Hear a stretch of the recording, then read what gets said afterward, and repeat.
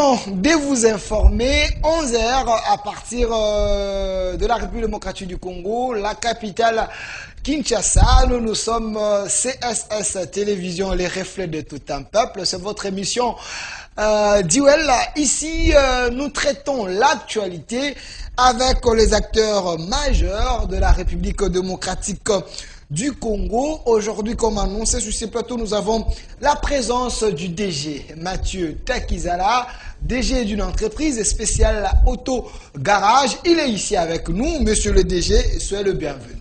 Merci, monsieur le journaliste. Le micro.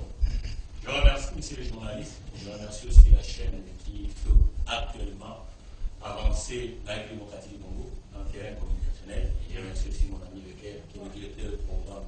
Nous les saluons également. Et donc, je remercie. Voilà. De l'autre côté, on aura la présence de monsieur Don Israël Mbouyi, lui qui est président national du UB 243, porte-parole du club national des sous-traitants. On va en parler, va faire son entrée dans quelques minutes. Mais cela ne nous empêche pas de dire un grand merci déjà à la réalisation. Je vais assurer comme ça par le doyen Philémon, la main ingénieuse, assisté par monsieur Lazika qui est de son côté.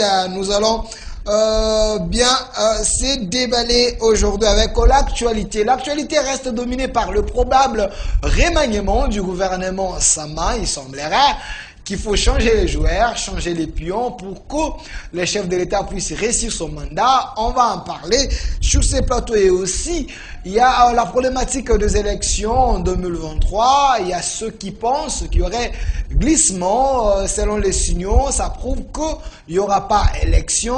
Est-ce les gens qui disent comme ça, c'est des prophètes malheurs de la République ou ils se sont basés sur des réalités? On va en parler aussi. Les social congolais restent d'actualité.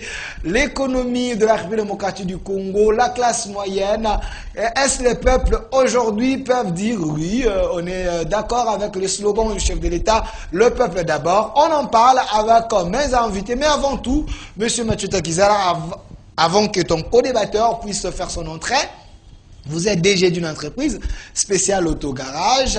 La fois passée, j'ai entendu, j'ai vu dans les réseaux sociaux que vous êtes en train de vendre des véhicules avec une garantie de 24 mois. Ouais. Les gens m'ont appelé un peu de partout. C'est quoi la nouvelle? On vous remercie encore pour une fois, donc, cher Delphin. Votre masque, s'il vous plaît. C'est ça, mais ça, c'est pour d'abord dire aux Congolais, nous devons se protéger parce que la dame Covid-19 est toujours présente, et surtout aux commerçants, aux entrepreneurs, y compris les technocrates de la République démocratique du Congo.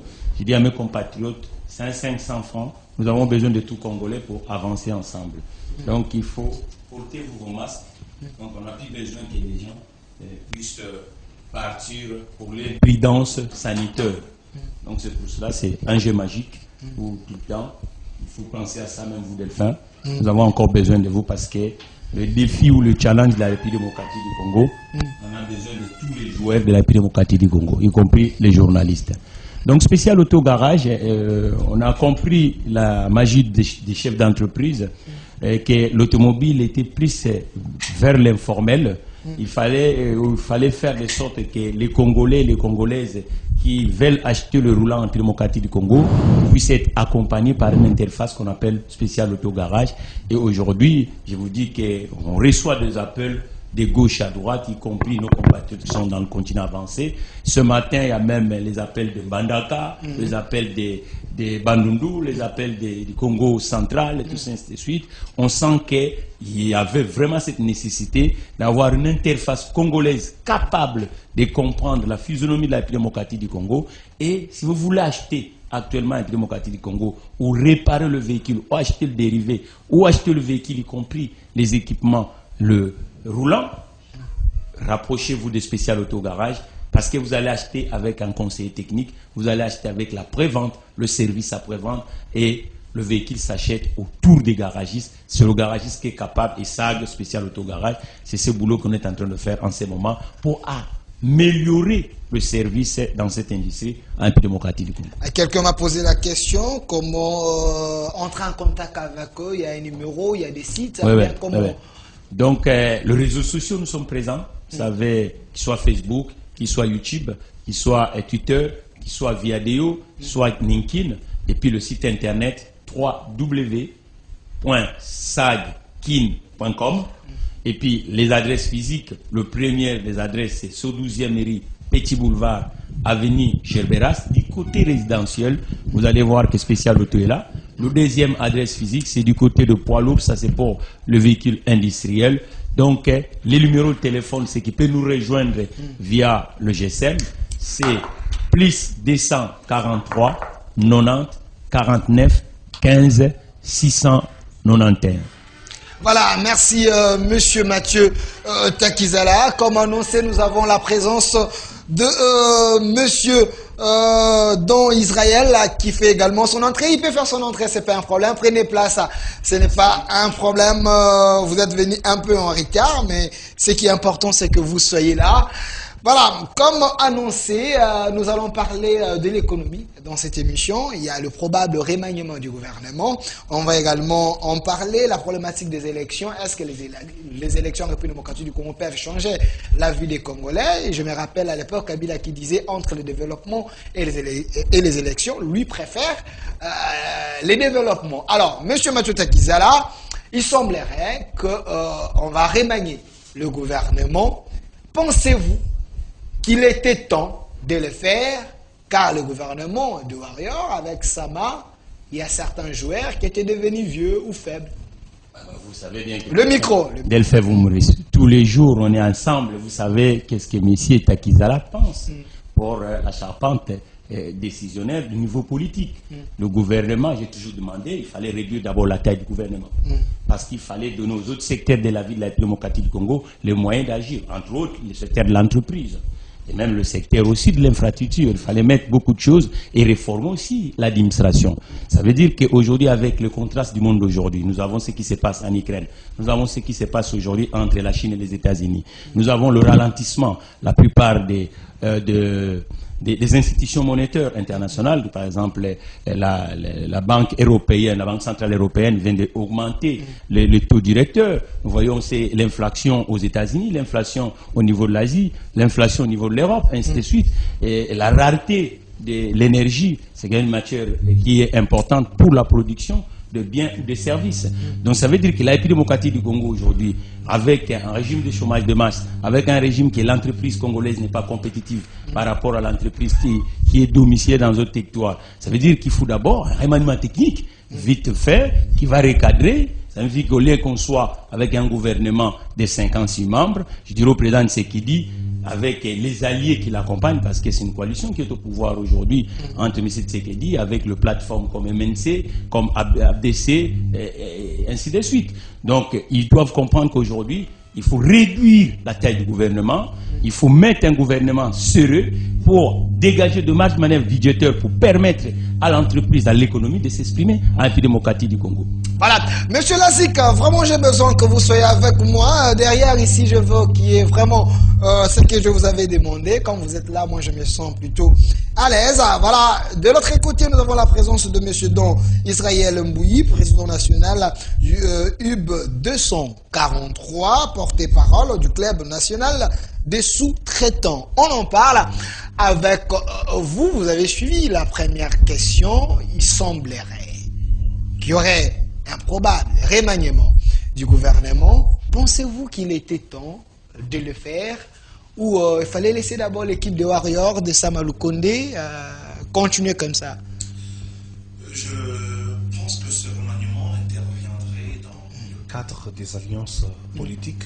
Rien à voir avec l'économie ou le développement du pays. Vous savez, ce qui détruit notre pays, c'est le système politique que nous avons embrassé. Tu vois, le multipartisme au Congo devient ce fléau qui empêchera toujours le développement de ce pays.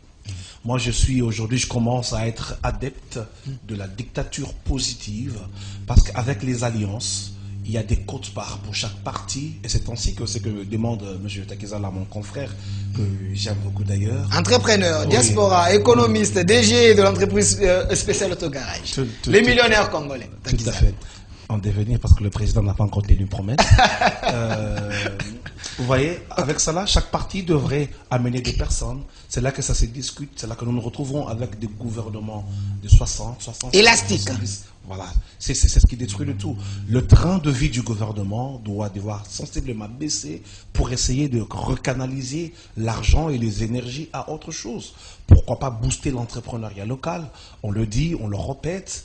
Aujourd'hui, ceux qui viennent d'ailleurs semblent être meilleurs que nous. Oui, il y a des choses qui nous manquent, nous, entrepreneurs congolais. Par exemple, le taux, quand tu dois prendre de l'argent pour investir dans un projet avec nos banques commerciales, c'est un sérieux problème. Au Congo, il n'y a pas de banque d'investissement.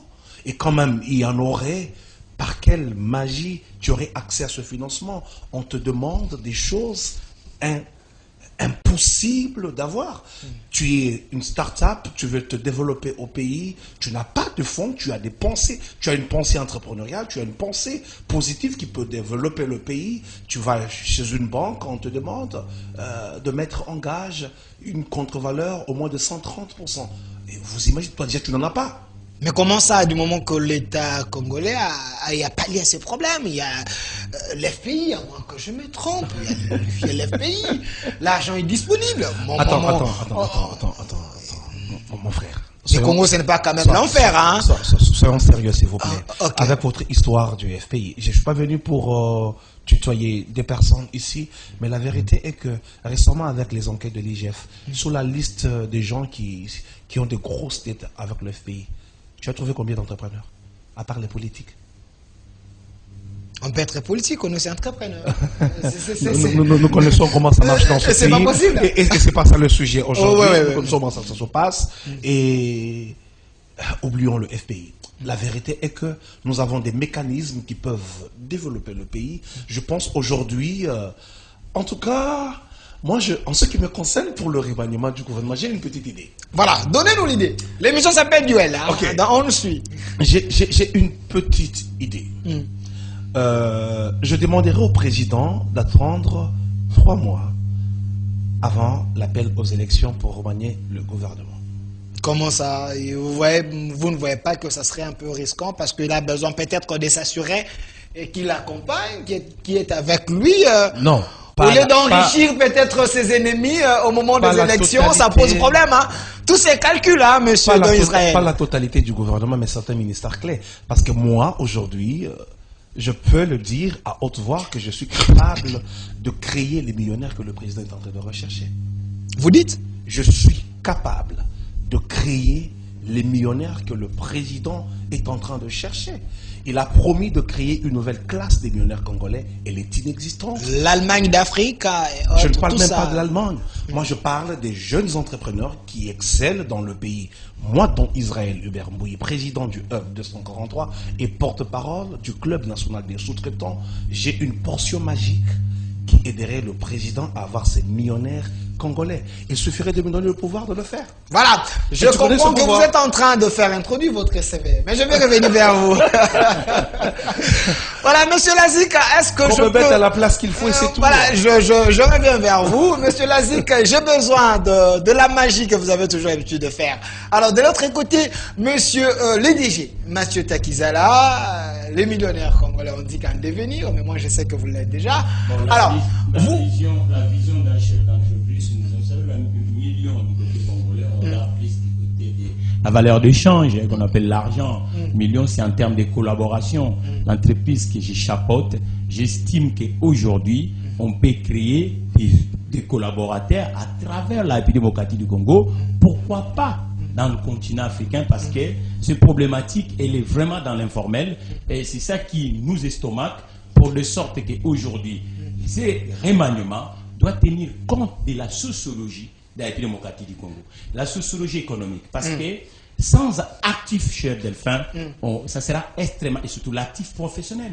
Okay. Parce que ce n'est pas normal que vous êtes ministre de l'économie d'un peuple, et lorsqu'il y a des contractuels qui sautent sur l'espace public, parce que nous sommes dans la popularisation de la République, où les classes élitiennes économiques est faible dans le territoire, c'est-à-dire que l'autre est un contractuel. Bizarrement, il n'y a pas des entreprises locales qui peuvent bénéficier de ça. Or, il faut créer, maintenant, changer la physionomie. Il faut, vous avez parlé d'une institution d'appui à l'économie.